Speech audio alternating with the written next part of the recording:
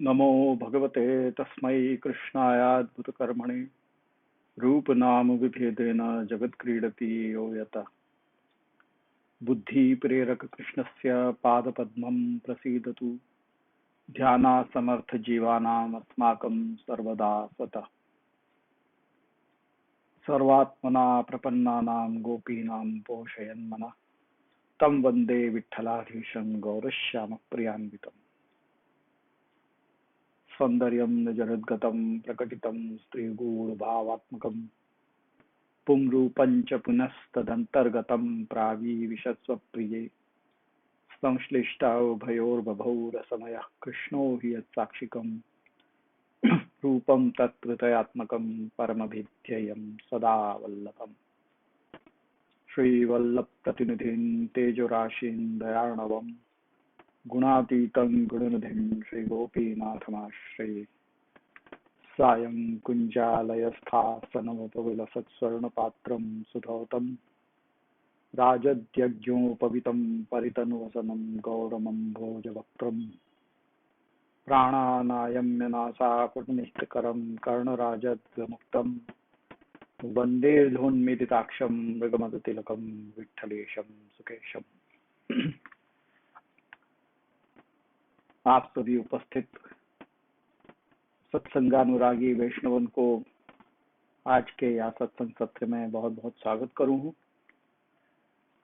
और अब अपन पिछले सप्ताह जहां पे अपन ने विराम लियो हो तो वहां से अपन आगे अपने सत्संग को क्रम बढ़ावें। तो अपन एकादश स्कंध में 20 अध्याय तक को अर्थ देख चुके होते, तो अब वहीं से आगे अपन बढ़े। अब यहाँ 81वीं कारिका में आचार्य चरण आज्ञा कर रहे हैं कि मार्गत्रय विरोधस्य परिहार तथोच्यते अधिकार विभेदेन मार्ग भेदो निरूप्यते। यहाँ 20वें अध्याय को निरूपण किया जा रहा है और जहाँ पे कर्म, ज्ञान और भक्ति इन तीनों मार्गन को यहाँ पे निरूपण हो रहा है, जिनमें जैसो विरोध आपस में देखने में आवे है वाको परिहार यहाँ पे कर रहे हैं। तो आज्ञा कर रहे हैं कि ज्ञान मार्ग, भक्ति मार्ग और कर्म मार्ग, इनमें जो विरोध जैसो प्रतीत हो रहा है वाको परिहार 20वें अध्याय में बताया गया है। और तीनों मार्ग के निरूपण को कारण तो ये है कि मार्ग के अधिकारी भी 3 प्रकार के हैं। जो ज्ञान मार्ग के अधिकारी हैं उनके लिए भक्ति मार्ग या कर्म मार्ग काम को नहीं है। जो कर्म मार्ग के अधिकारी हैं उनको ज्ञान मार्ग को उपदेश देना व्यर्थ है, या फिर भक्ति मार्ग में प्रेरित करना भी उचित नहीं है। और यही प्रकार से भक्ति मार्ग के जो हैं अधिकारी उनके लिए ज्ञान मार्ग या कर्म मार्ग को उपदेश देना व्यर्थ है, या तो उनके अधिकार अनुसार उनके लिए वो मार्ग श्रेष्ठ है। ये बात के लिए, यही बात को निरूपण करने के लिए या 20वें अध्याय में तीनों मार्ग और उनका निरूपण किया गया है फल को। तो यार ये 20वें अध्याय को निरूपण किया, अब 21वें अध्याय को निरूपण कर रहे हैं कि सर्वाशक्तो का कथेति शंकां वारयितुं पुनः शुद्धि प्रकरणं प्रोक्तम तथा शास्त्र विनिर्णय। अब अमुक जीव ऐसे हुए हैं जो तीनों ही मार्ग के अधिकारी नहीं हैं, तो उनके लिए कि जो तीनों ही मार्ग के अधिकारी नहीं है उनके वाके लिए क्या होगा, या शंका का निवारण या 21वें अध्याय के अंदर कर रहे हैं कि वहां में शुद्धि प्रकरण और शास्त्र निर्णय कहा गया है। वहां में ऐसे जीव की शुद्धि और शास्त्र को क्या निर्णय है वह विषय में वो या 21वें अध्याय में कहा गया है। अब 22वें अध्याय पे विचार कर रहे हैं कि अंतःकरण व जीव प्रकृतत्योरपि संशयः उभयं हरिरेवेति तत्र वै निर्णयः कृतः। अंतःकरण की तरह जीव और प्रकृति में भी संदेह हुए है तो वाको निवारण करने के लिए कहो कि जीव और प्रकृति दोनों ही हरि ही हैं। मायया त्रिविध भानम न प्रवृत्ति धियाम भवेत तदा अपराध संबंधाद अन्यदापि न मुच्यते।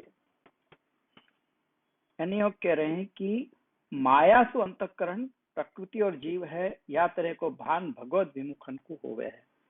माया के कारण जो भगवत विमुख हैं उनको ऐसा भान होवे है कि प्रकृति और जीव अंतःकरण को स्वरूप या तो प्रकृति है जीव है, ऐसा जो बोध होवे है वो माया के कारण होवे है। वास्तव में तो सर्वम खलु इदम ब्रह्म के उक्ति के अनुसार सब कुछ ब्रह्म ही है, भगवान ही है। ऐसो भान होवे सु अपराध को संबंध हो जावे है, जासु वो मुक्त नहीं होवे है। जो जीव है वो दोनों को अलग अलग समझे है, ऐसो भान होवे के कारण वो अपराध हो जावे है और जाके कारण वो मुक्त नहीं हो सके है। एतत् शंका परित्यागो मनोदोषा न च स्वतः तस्मान मानस दंडे ही नापराधः कदाचन। अब वास्तव में यहाँ पे एक भिक्षु की कथा है, भिक्षु गीता को या अध्याय के अंदर निरूपण किया गया है, जो 22वें अध्याय को विषय है। तो वहां पे एक कथा ऐसी आवे है कि कोई एक कृपण हतो, कृपण यानी कंजूस, या कोई साधारण भाषा में अपन कहें तो ऐसो कोई एक कृपण कदर्य वो हतो। वो असल में 23वें अध्याय को शायद विषय है। हाँ, वो 23वें अध्याय को विषय है। यहाँ 22वें अध्याय को तो विषय है तत्व की संख्या के विरोध को परिहार। तो वो यहाँ पे है, तो तत्व की कितनी संख्या है, कितने मतलब अलग अलग तत्व बताए हैं, ऐसो निरूपण है। यहाँ पे उद्धव जी प्रश्न कर रहे हैं कि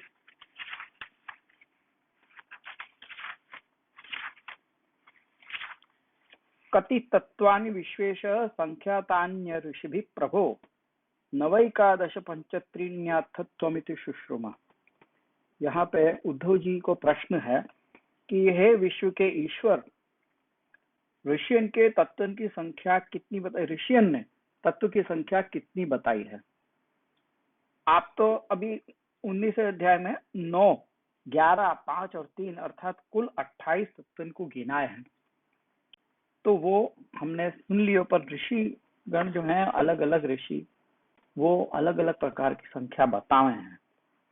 कोई 26 तत्व बताए हैं, कोई 25, कोई 7, कोई 9, 6 तत्व माने हैं, कोई 4 तो कोई 11 भी माने हैं, ऐसे कहे। तो वहां पे भगवान उद्धव जी को आज्ञा कर रहे हैं कि वेदज्ञ ब्राह्मण जो है वो या बात में कुछ कह रहे हैं तो वो सब सच है। जो वेदज्ञ है यानी कि जो वेद के ज्ञाता है, ऐसे ब्राह्मण या विषय में जो कह रहे हैं वो सही है, क्योंकि सब तत्व सब में अंतर्भूत है। और मेरी मतलब भगवान यह आज्ञा कर रहे हैं कि मेरी माया को स्वीकार करके का नहीं किया जा सके, क्या कहना अशक्य है। माया को स्वीकार करके तो कुछ भी कहे जा सके है, कुछ भी करना शक्य है। तुम जो कह रहे हो वो बराबर नहीं है, मैं जो कह रहा हूँ वो ही सच है। या प्रकार से जगत के कारण के संबंध में विवाद है, या कारण सु हुए हैं कि मेरी यानी कि भगवान की शक्तियां सत्व रज वगैरह गुण और उनकी वृत्ति को रहस्य लोग समझ नहीं सके हैं। यासु वो सब अपने अपने मन को हठाकर पकड़ के रखे। यासु इतने प्रकार के अलग अलग जो ऋषि लोग अलग अलग प्रकार की संख्या इत्यादि बता में है, वो अपने अपने गुणन के आधार के रूप में के होए के कारण ऐसा बता में है। तो कोई बात यहाँ पे कही गई है। अब 22वें और 23वें अध्याय में 22वें में तो अपन ने देख लियो कि तत्व की संख्या को विचार यहाँ पे कर रहे हैं, और वाक्य आगे की बात आ रही है मन की। तो वो अगले अध्याय में जो है प्रश्न वाक्य है कि तस्मान् मानस दंडे ही नापराध कदाचन दंडस्य च परिज्ञानम यद्यतिक्रमणम सहेत तस्य साधन विज्ञाने गुरु भिक्षु निरूप्यते तथा चेत भावयत्येष तदा स्यात् दंडितं मनः मनस्तु परित्यागे न किंचित् मृग्यते परम। तो या में मन की बात कही गई है कि मन को जब दोष है तो आपको दंड देना चाहिए, मन ही, क्योंकि नहीं कि मन के दोष के कारण ऐसा ऐसा भान हुए हैं अलग अलग प्रकार को, तो वाको परित्याग करना चाहिए। मन को जब दोष है तो वाको दंड देना चाहिए, ऐसा मन फिर कभी अपराध नहीं करे। मन को दंड बराबर भयो है कि नहीं, या की पहचान यह है कि वो सबके अतिक्रमण को सह सके। वाको साधन को जानने के लिए भिक्षु को गुरु समझना चाहिए। यहाँ पे उद्धव जी ने जो प्रश्न किया तो कि वास्तव में श्रवण करने योग्य कुछ भी है तो भगवान की लीला कथा ही है। श्री कृष्ण भगवान ही प्रेम और मुक्ति के दाता हैं। जब आपने परम प्रेमी भक्त उद्धव जी ने यह प्रकार से प्रार्थना करी, तब भगवान ने उनके प्रश्न की प्रशंसा करके ऐसे कही कि ऐसा कोई साधु पुरुष जगत में उत्पन्न भयो नहीं है कि जो दुष्ट पुरुषन के उच्चारे भय वाक्यंसु जाको मन बिंद गयो है वो मन को संभाल सके अथवा बिंधे हुए मन को समाधान करने में समर्थ हो सके। ये आपको कथन सच है कि दुष्ट पुरुषन की वाणी रूप बाण मर्म स्थान पे पहुंच जाए हैं, और जो वो दुख देवे हैं वो दुख मर्म को बिंधवे वाले तीक्ष्ण बाण शरीर में लगे, तो शरीर जो बिंध जाए है ना वासु ज्यादा वो कष्ट देवे है। कोई के वाणी, कोई ने ऐसी बात कही हो चुभती भई, वो ज्यादा अपने को कष्ट देवे है बनिस्बत याके कि कोई ने बाण मारो हो तुमको शरीर में और वो बाण तुमको चुभे। वहां बाण की चोट तो, कोई तीर लग गया हो तो वहां की चोट तो कुछ दिन में ठीक हो जाए है, परंतु कोई की वाणी तू जो कोई आहत भयो है तो वो कभी भूली नहीं जाए है, या तो वो ज्यादा कष्ट देवे है। तो वह विषय में यहाँ पे भगवान आज्ञा कर रहे हैं कि एक अत्यंत पवित्र इतिहास यहाँ पे एक महात्मा लोग कह रहे हैं तो वो तुमको मैं कहूँ, और दुष्ट लोगन को तिरस्कार पाके जो अपने पूर्व जन्म के कर्म को फल रूप स्मरण करके धीरज धरते भय कोई भिक्षुक को ने ये इतिहास को गायो है। कि प्राचीन समय की बात है, वहां पे ये केके और एक उज्जैन के एक ब्राह्मण की बात कही गई है वहां पे। बाकी कथा भगवान बता रहे हैं कि वो खेती व्यापार के द्वारा बहुत सारी धन संपत्ति उन्हें कमाई थी, और वो कदर्य हतो। यानी धर्म शास्त्र में कदर्य को लक्षण या प्रकार से कहा गया है कि आत्मानं धर्म कृत्यम च पुत्र दारांश पीड़यन देवता तिथि भृत्यांश सकदर्य इति स्मृता। यानी स्वयं को, धर्म कृत्य को, पुत्र को, स्त्री को और देव अतिथि और नौकरन को सबको पीड़ा देवे वालों कदरी कहवावे। तो वो ब्राह्मण जो हतो वो बहुत वाने धन कमायो हतो, पर वह धन को वाकू अत्यंत लोभ होवे के कारण वो वह धन को कोई को देवे नहीं देतो हतो, न तो स्वयं उपयोग करतो हतो, न कोई धर्म कार्य में वाको उपयोग करतो हतो, और उल्टो वो अपने संबंधीन को भी वाके कारण पीड़ा देतो रहतो। तो न कोई को लेवे देतो, न खुद भोगतो, न ही खुद ने कोई सुख के साधन वासु खरीदे या भोग्यो हो, ऐसी भी बात नहीं। वो बस अपने धन के रक्षा करतो रहतो तो कि कोई वाकू ले नहीं जाए, यूं करके वाने अपने पूरा जीवन ऐसे ही बिता दियो। और वाकई ऐसी कृपणता, ऐसी कंजूसी के कारण खराब स्वभाव के कारण वाके पुत्र पुत्री भाई बंधु नौकर चाकर पत्नी इत्यादि सब दुखी रहते थे और मन ही मन में वाको अनिष्ट सोचते रहते थे। तो वाकई यह लोग परलोक सबको पतन हो चुके होते और बस यक्ष के जैसे वो अपने धन की रक्षा करते रहते होतो और वाकू भोग तो नहीं हतो। तो अब जो धन को यदि स्वयं भी न भोगो न ही देवता को वाको भाग दो उनको, तो कभी न कभी तो जाके देवता अप्रसन्न हो ही जावे हैं। तो वो पंच महायज्ञ के अधिकारी देवता के तिरस्कार सु के पूर्व के पुण्य सब जल गए और अभी तक के जो टके हुए धन हो तो वो भी भारी उद्योग और परिश्रम करके वाने जो इकट्ठो किए हो तो वो धन को खजाना भी नष्ट हो गया। तो वो कैसे नष्ट हो गया?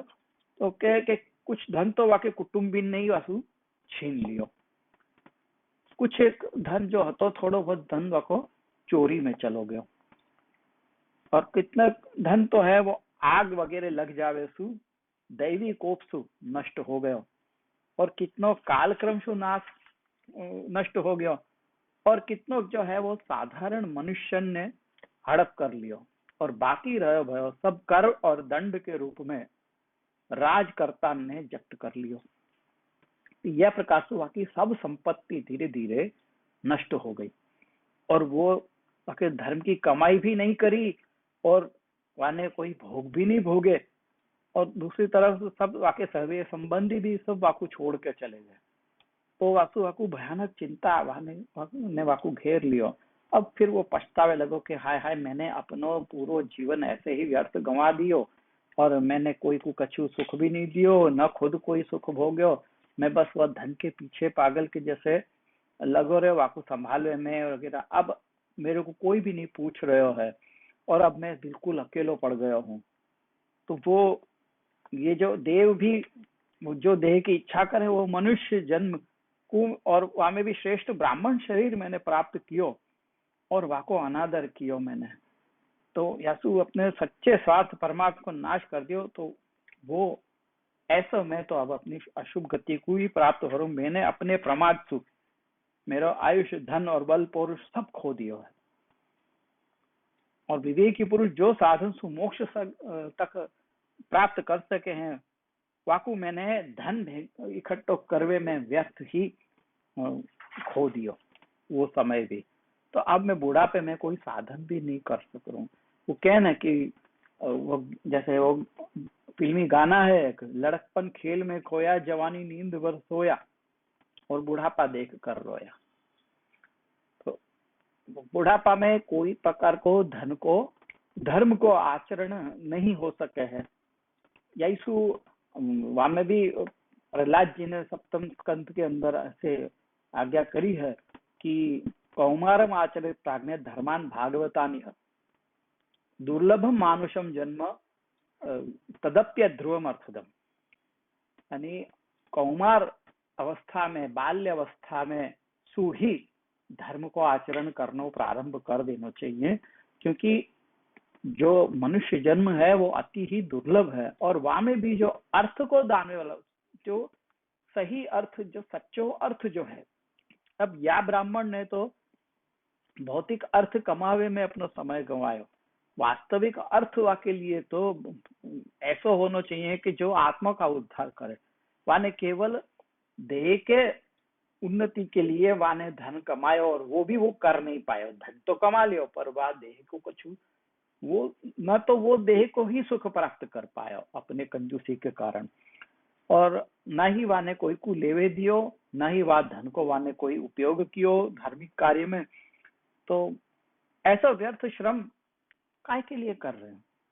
सच वो सर्व लोक के कोई माया के मोह से ही प्राप्त हुए भय हैं और धन हो है तो भोग के लिए और फिर वह धन के लिए यत्न करने वाले मोहित हो गए हो यूं के ऐसे कहवे हैं। तो वहां धन को देवे वाले मिले, धन मिले, काम को देवे वाले मिले, काम मिले अथवा जन्म को देवे वाले कार्य कर्म संपादन करें तो भी जाने मृत्यु जिनको मृत्यु ग्रसित कर रही है आपको ये सब सुख देव, तो ये सब चीजें जो हैं वो सुख देवे वाली नहीं बने हैं, वो सब बातें यहाँ पे कह रहे। तो ऐसे वो दुखी होके वो अपना सब कुछ छोड़ के और वो सब कुछ त्याग करके और वो बिल्कुल वैराग्य वाने प्राप्त कर लियो और वो स्वच्छंदता से सब जगह घूमने लगे और भिक्षा के लिए नगर गामन में और ऐसी प्रकार से जातों के जहाँ कोई वकू पहचान नहीं सके। और वो फिर धीरे धीरे ऐसे ही बहुत वृद्ध हो गया और दुष्ट लोग वाके ऊपर वाकू देखते ही वाकू बहुत हैरान करते, परेशान करते, कई बार वाकू मारते, कोई वाको दंड छीन लेतो, कोई वाके आसन छीन लेतो, कोई कमंडल उठा के चलो जातो, कोई वाके लंगूटी भी लेके चलो जातो, ऐसे को यहाँ वहां फेंक देते, वैसे वाकू बहुत हैरान करते। पर कोई भी वो वस्तु, कोई वाकू चीज दिखा दिखा के, चिढ़ा चिढ़ा के, या कभी वाकू चोर चोर कह के, इस तरह से बांधो बांधो ऐसे कह के वाके पीछे दौड़ते। तो वाकू कोई तिरस्कार करके वाकू कभी कभी ताना भी मारते कि देखो देखो जाने तो कैसे ये कैसे कंजूस धर्म को ढोंग अब कर रहे हो, धन संपत्ति जब हती तब तो वाने कछु कियो नहीं, और जब धन संपत्ति चली गई, स्त्री पुत्र ने भी घर में से निकाल दिया, तो पेट भरने के लिए अब ये सब जगह भिक्षा मांगतो फिर रहे हो कि देखो तो सही ये कैसे तगड़ो है, पर फिर भी भिखारी के जैसे ऐसे घूमतो रहे और चुपचाप अपना काम निकाल लेवे। सच में तो ये बगला से भी बड़ो ढोंगी है, यूं के ऐसे कह के वकू बहुत वकी मजाक उड़ाते और वकू बहुत हंसी उड़ाते रहते और वकू इस तरह से वकू बहुत परेशान करते। पर वो चुपचाप सब बातें सहन कर लेते हो तो। और क्या कभी कभी तो वकू बुखार इत्यादि भी आ जाते हो तो देह पीड़ा भी सहन करनी पड़ती होती वकू। और कभी कभी ठंडी गर्मी वगैरह इत्यादि के कारण वकू दैवी कष्ट भी उठाने पड़ते। यानी आधि भौतिक, आध्यात्मिक और आधि दैविक सब प्रकार के दुख वकू उठाने पड़े, परंतु भिक्षु के मन में कोई प्रकार को विकार नहीं आतो। और वो सब ये तो कि ये वो समझते कि ये सब मेरे पूर्व जन्म के कर्मन को फल है और वो मेरे को भोगे बिना मेरे को छुटकारा नहीं है, ये वो समझ ले तो। और फिर भी अनेक प्रकार से वाकू तिरस्कार जब लोग करते तो वो सबके पासु वाकू अपने धर्म से डिगावे को भी प्रयत्न करते रहते, तो भी वो अपने अड़ग रहे अपने बात पे और वो स्थिर रहते और सात्विक धैर्य को आश्रय लेके कभी कभी यहाँ वहां ये गीत गातो करते जाकू भिक्षु गीता कहें।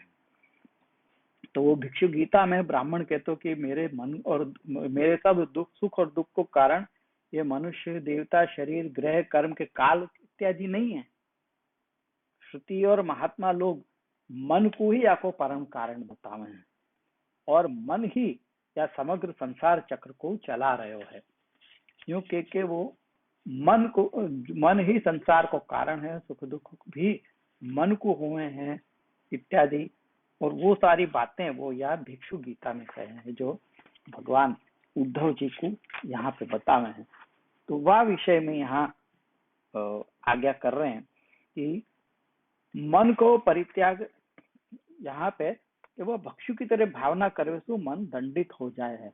मन को या प्रकार से दंड दिया जाए जब मन सु ऐसो अपराध होवे है जो वो अपनो प्रारब्ध को भोगनो पड़े है वहाँ के कारण, और वो अपने वहाँ के अंदर मन से वो अपने आप को वो देह इत्यादि समझ के देहाध्यास इत्यादि इंद्रिय अध्यास इत्यादि हुए के कारण वो अपने आप को स्वरूप को भूल के वो दूसरे लौकिक में पचड़ा में पड़ जावे है।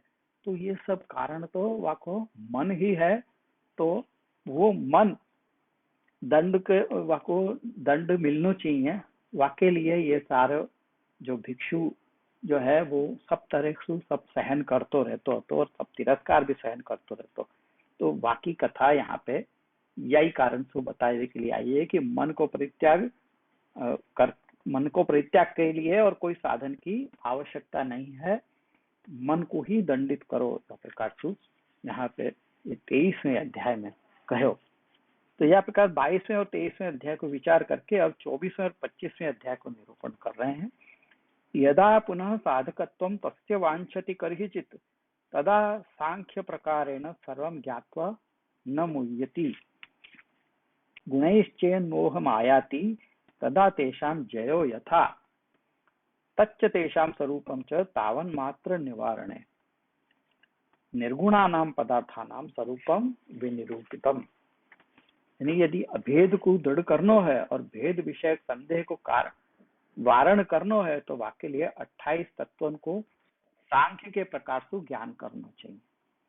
यानी यहाँ सांख्य को ज्ञान भगवान ने उद्धव जी को दियो कि प्रकृति पुरुष इत्यादि को जो भेद है वो भेद विषय संदेह को वारण करने के लिए क्या मतलब प्रकृति क्या है पुरुष क्या है, यहाँ पे वाको सांख्य के हिसाब से सांख्य जो शास्त्र है वाके हिसाब से वाको समझाया है या 24वें और 25वें अध्याय के अंदर कि गुणन से यदि मोह प्राप्त हो गए है, गुणन के कारण सात्व रजतम इत्यादि गुणन के कारण यदि मोह प्राप्त हो गए है तो वाको जय जा प्रकार से हो गए है वाके लिए तत्वन को स्वरूप और उनकी संख्या कही गई है और निर्गुण पदार्थन के स्वरूप को निरूपण या के अंदर किया गया है। फिर अब 26वें और 27वें अध्याय को निरूपण कर रहे हैं कि एवं जातोपि संज्ञेन पुनश्चे नाशमेति ही तथा पुरुरवा प्रोक्तः स्वात्मानं स्वयं उक्तवान् संगान् नष्टः पुनः संगम विमुच्य लभते गतिम जन्मांतरे स्मृत्य भावे संगान नष्टो यदा भवे तदा का गतिरित्यत्र हरि पूजा निरूपिता। यानी वैराग्य हो जाए पे भी संग दोष के कारण वो वैराग्य नष्ट हो सके है। कभी कभी वैराग्य हो जावे है प्राप्त हो जावे तथापि जब संग दोष लगे है तो वैराग्य भी नष्ट हो जाए है। यह प्रसंग को पुरुरवा ने कहो और वासु स्वयं ही मंत्र दोष से अपने पतन की बात कही वाने के उर्वशी की कथा है। पुरुरवा और उर्वशी की वाकु पुरुरवा को उर्वशी में मोह हो गया तो उर्वशी ने वाक्य पर अमुक शर्त रखी कि मैं तुम्हारे संग आऊंगी पर तुमको मेरी अमुक शर्तें माननी पड़ेंगी। यूं करके वो वाने वाके संग में विवाह कियो, वाके संग रही पर एक वक्त कछु ऐसा हो गयो कि जाके कारण वाने वाकी रखी भाई शर्तन को। आप वो पूरी कथा पढ़ोगे तो आपको समझ में आ जाएगी कि पुरुरवासु एक वक्त भूल हो गई और वाने वाके उर्वशी की शर्त को भंग कर दियो, जाके कारण फिर उर्वशी वाको छोड़ के चली गई इत्यादि वो सारी बातें या अध्याय के अंदर कही गई है। तो संग के कारण नष्ट हो जाएगा पुनः संगम विमुच्य लभते गतिम जन्मांतरे स्मृत्य भावे संगान नष्टो यदा भवे तदा का गतिरित्यत्र हरि पूजा निरूपिता। यानी वैराग्य हो जाए पे भी संग दोष के कारण वैराग्य नष्ट हो जाए ये प्रसंग को पुरुरवा ने कही और वाने स्वयं ही मंत्र दोष तो अपने पतन की बात कही। दुस्संग के कारण नष्ट भय पुरुष वा दुस्संग को त्याग करके कर देवे है तो वासु सदगति को प्राप्त करे है। जन्मांतर में यानी अगले कोई जन्म में स्मृति के अभाव में संग के कारण नष्ट हो जावे है तो वाकी गति कैसी होगी। या फिर कह रहे हैं कि वाकी गति हरि पूजा से हुए है यानी संग के कारण नष्ट हो गया है। जैसे भरत मुनि को भी या प्रकार को संग के कारण उनको वैराग्य नष्ट हो गया तो ये अपन ने पंचम स्कंद के अंदर भी देखो तो वैराग्य उनको भी वैराग्य हो ही चुको હતો पर वो हिरण को संग भयो तो वाके कारण उनकी हिरण की योनि भई थी क्योंकि हिरण में आसक्ति हो गई तो उनकी हिरण की ही योनि भई अगले जन्म में और वो उनको स्मरण में रही और फिर उनने भगवान की भक्ति करनी चाहिए और वाके लिए फिर उनने सोचा कि अब मैं कोई को संग भी नहीं करूं तो अगले जन्म में वो जड़ भरत कहलाए और सब वस्तु को मूड के समान सहन करते रहे। तो यह प्रकार से संग के कारण जो स्मृति के अभाव में संग के कारण जो नष्ट हो जावे है तो वाकी गति कैसी हुए है तो वाको उत्तर यहाँ दे रहे हैं कि हरि की पूजा से वाकी गति हुए है। ये बात वहां पे कही थी और 28वें अध्याय को विचार करते हुए कह रहे हैं कि तेन जाति स्मरो भावी तस्या ज्ञानम हरि स्वयं जाति स्मरस्य वहति सर्वसाधन पूर्वकम तत्रोपपत्तिर्निखिला वर्णितोद्धव बुद्धये तथा रोगाद्य भावाय साधनानि हरिर्जगौ। भगवान की सेवा के कारण वो जाति स्मर यानी पूर्व जन्म की स्मृति वालों हो गए हैं। वह जाति स्मर के लिए स्वयं हरि सर्व साधन पूर्वक ज्ञानोपदेश करे हैं। और यह विषय में उद्धव को समझावे के लिए मायावाद संबंधिनी और ब्रह्मवाद संबंधिनी सब युक्ति को वर्णन किया है तथा रोगादि के अभाव के लिए साधन भी हरि ने वहां पे भगवान ने उद्धव जी को बताए हैं। तो यह प्रकार से 28 अध्याय तक को अपन ने अर्थ देखियो। अगर उन अध्याय को आप फिर से थोड़ा सा अवलोकन करोगे तो ये बातें जो यहाँ पे बताई गई थी वो आपको समझ में आएंगी। तो यह प्रकार से यह 28 अध्याय तक को अपन ने देखियो। आगे के अध्याय को अपन कल के हमारे सत्र में देखेंगे। तो आज अपन यहाँ पे रख के और आश्रय को पद ले में